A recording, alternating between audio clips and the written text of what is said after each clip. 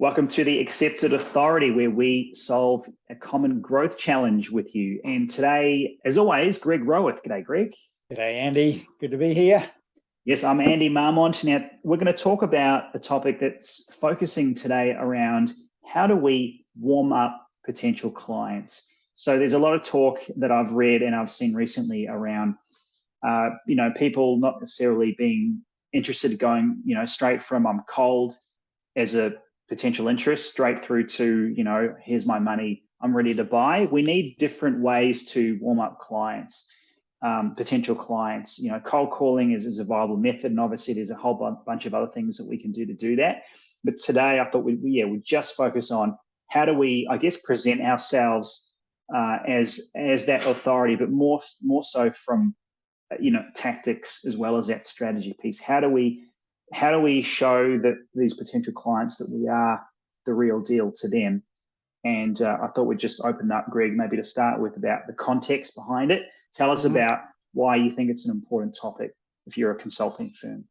Yeah, I think this is very relevant. And in some ways, I think it comes from the traditional way that consulting firms have acquired new clients. And the traditional way has always been through referrals.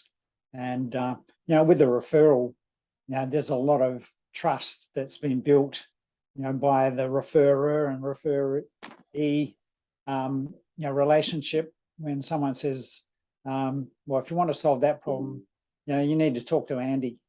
And, when someone then comes to you, you typically will move straight into a sales conversation because they've acknowledged they have a problem. They've been recommended that you're the person to help them solve it. So they'll probably come to you and say, Andy, I've heard good things. Here's my situation. How can you help me? So you're really primed to move straight into a sales conversation, and doing that in a consultative way, obviously. But you're more likely to be able to sell fairly quickly. And probably we get 8 out of 10, maybe even more, positive results when we have a referral like that. But my experience is, not being able to rely on getting referrals all the time to grow our business. We need to extend our marketing beyond referrals.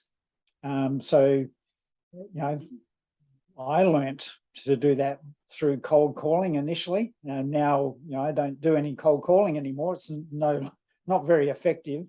But, whether you're using LinkedIn to make contacts or your website or some sort of advertising, typically the results of getting an initial lead to a sales conversion are probably less than 10%, or, some really good salespeople might get a 20% conversion rate from cold to convert.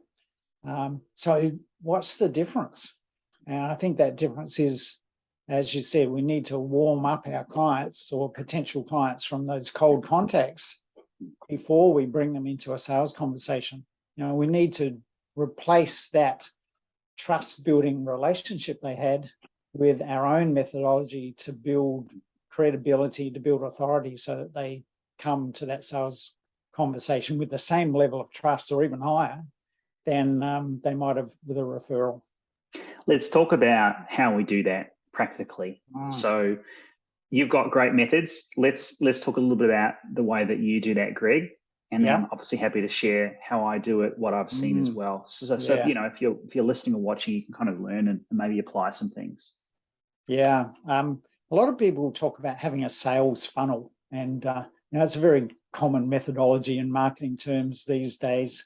I don't really like that concept because it sort of assumes that there's leakage in the process, because you don't get as many people out the end of the funnel as go in the top end. So there's a loss along the way. So I prefer to talk about a sales escalator, where you're actually elevating that relationship that you're building with a cold contact at the start, to the point where they're ready to buy. So having a system and a methodology that builds credibility and trust, designed to actually achieve that process. And I think that can be done in 4 steps, maybe 5. And those steps, to me, start with the traditional marketing concept of entering the conversation that's already in the mind of the client, and that's about their problem. What are they're complaining about? What's the issue they're talking to their friends about? So you need to enter that conversation. And when we come in with our services, here's who we are and here's what we do, there's a total mismatch because they're not ready for that conversation yet. They're still trying to understand what their problem is. So when we sell our services, it's like, well, I don't know if that's relevant. So we need to build that relationship. So ideally, we might use some content on LinkedIn or YouTube or Facebook or wherever that might be. But it needs to be content around a problem, and usually a fairly short piece of content because people have shorter attention spans. So they'll, to get their attention, we need to have something that's really relevant to them. So, and make it good enough so that they think, wow, that's interesting. I wonder what else that person has to say. So they'll go looking for what else. So we need to create that pathway for them and have that next step. And I call that enroll in ongoing communication. So we want to provide a pathway that they can get the next piece of content from us that's ready for them, but elevating their level of understanding about their problem. And then thirdly, educating them even further so that they come to see us as the authority. And the critical thing about that is it's more important for the client to feel understood than to make them understand our process. When they feel like we understand them, they know where we get it. We get their situation, so they believe then that we're trustworthy and we're an authority in what they're talking about. So when we then show them the way and educate them around how to solve their problem, they're much more ready to listen. And then at that point, we're able to entice them into a meeting with us or a conversation with us where we can delve deeper and make it more specific about their problems and potentially then engage them in starting to work with us. And there's a final step if we want to go further. Once they're engaged with us and achieving the results they're looking for, we want to work on how we can escalate that relationship to a higher level. Well, fantastic. You basically just divulged your secret sauce there. So really it's around awareness of the problem to start with, educating that they understand how it's a problem. So we're stretching the gap. Then they engage with you in a piece of work that helps solve that immediate need. And then obviously you can escalate. I love the escalator, by the way. What a great visual thought around how we do that. I just want to come back to the idea of, so if we've built a consulting business to a certain size, 5 people, 10 people, 20 people, 50 people, we do most likely have a good understanding around the problems, because we're solving the problems every day with our clients. So if we think about, well, okay, that's fine, Andy. I understand that I need to make people aware of what the problems are. How do you do that practically? Well, I would say that, so you've got a couple of different ways. First thing is you can look at all the content that you've been putting out and seeing what's resonating most. And you can do that if you're doing it on LinkedIn. There's a great app called Shield, which actually, from a personal profile perspective, analyzes your top content, which is a great aggregator. So that's one way. I think another way is if you're doing the work or your consulting team or the sales team, asking them about what are the top 3 to 5 most pressing challenges that their clients have on a daily basis. Being able to really distill that and go deep with that and getting some commonality around the types of problems that they have. And then obviously assessing that and reviewing that every quarter or how often is, to me, it's a really powerful way to stay relevant and to actually be ahead of what they're thinking. So use the people around you to sort of qualify that. I think the third thing you can do is use different search engines to see what people are looking at and what's relevant to them. So some different ways. Obviously, we can type in Google. We can look at some of the keyword research.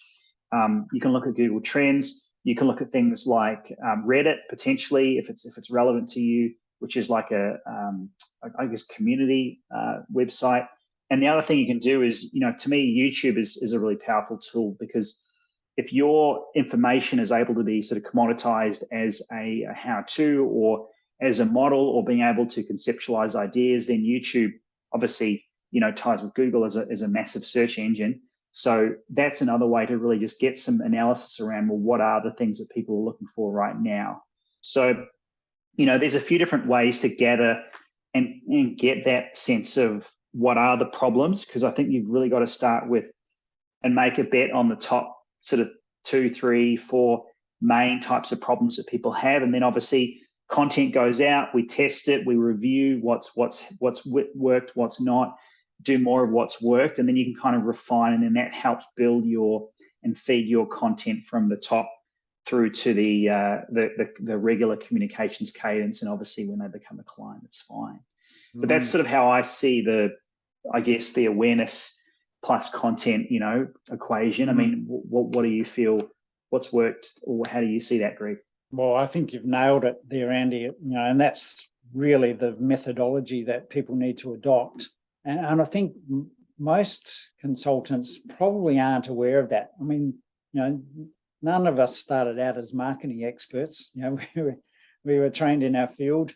I was trained in accounting, and the thought of marketing just freaked me out. I had no idea, and I wouldn't know where to start. And I think most of us are in that boat until we learn this sort of methodology, and we need mentors to teach us this stuff. You can't do it on your own. But I think one of the things that I've seen, and it's a very common thing when you talk about understanding the client's problem, and in fact, this is a question I asked on my webinar on Wednesday, is I asked, what is the problem that you or your firm is the solution for? And I had all sorts of answers, but it's, typically what the answer I get, and I think it comes because, as professional service providers, we're so close to the service that we provide. That's what we're experts in. So it's almost like, if you asked a heart specialist, what's the problem that you're the solution for? The most common sort of equivalent answer I would get from a consultant is something like, well, that old fella who's tired and grumpy doesn't have a pacemaker. So often we say, well, the problem is the lack of our solution, and really that's a very common answer I get, which is totally wrong, because there's a deeper underlying problem that needs to be solved with our solution. So I think for you listeners who are solving problems daily with your solutions and your services, really think deeply about what is the problem that you're the solution for. Because until you can answer that effectively, you can't communicate in the way that Andy's talking about in your content and educational marketing. You've got to go really deep to understand it from the client's perspective, not from your perspective.